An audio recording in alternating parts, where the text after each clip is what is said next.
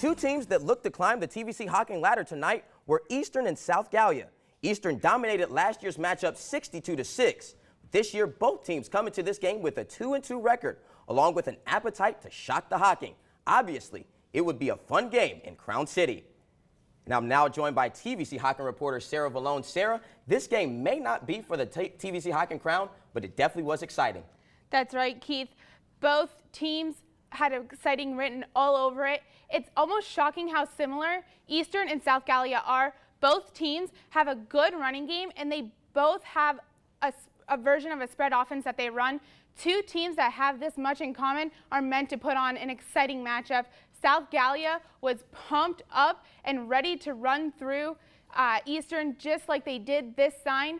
The Rebel fans and bands were pretty excited too. You know, Rebels' first possession was from quarterback Landon Hutchins, who would keep it on 4th and 1. He punches it straight up a middle, good enough for a first down, and that led to this. Hutchinson would throw a screen pass to Ethan Spurlock, who would take it, who would fake and break all the way to the end zone. Spurlock would continue to be a beast all night long. Rebels would go up 6-0 early in the first. Eastern's possession, Chase Cook, easily mistaken as a running back but is also a quarterback, takes a handoff from Dylan Brusciani for a first down, and just 4 short plays later, Brusciani would push it up the middle for an Eastern touchdown. PAT good. They go up 7-6.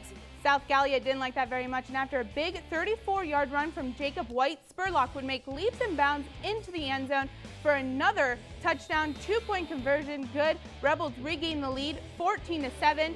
Late into the first quarter, Brusciani would launch the ball downfield but into South Gallia. Brandon Greer's hands, he intercepts it, but nothing good would come of it for the Rebels.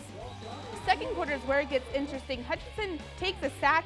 Eastern would then fumble it, give the ball back to South Gallia. Ready for this, Keith? Uh-oh. South Gallia hands the ball right back with a fumble of their own. However, Eastern couldn't convert, and with about 5 minutes left in the half, Hutchinson would roll out and find Jared Northrop in the back of the end zone.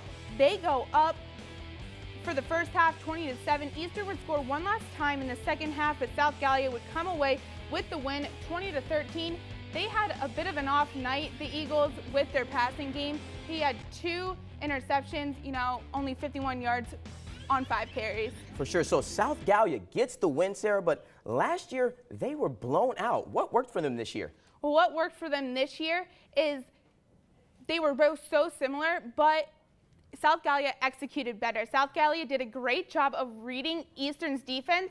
They found the holes they needed to, got the plays done, got into the end zone, and ultimately won the game. So South Gallia gets a good win in TVC Hocking play. Thanks a lot, Sara.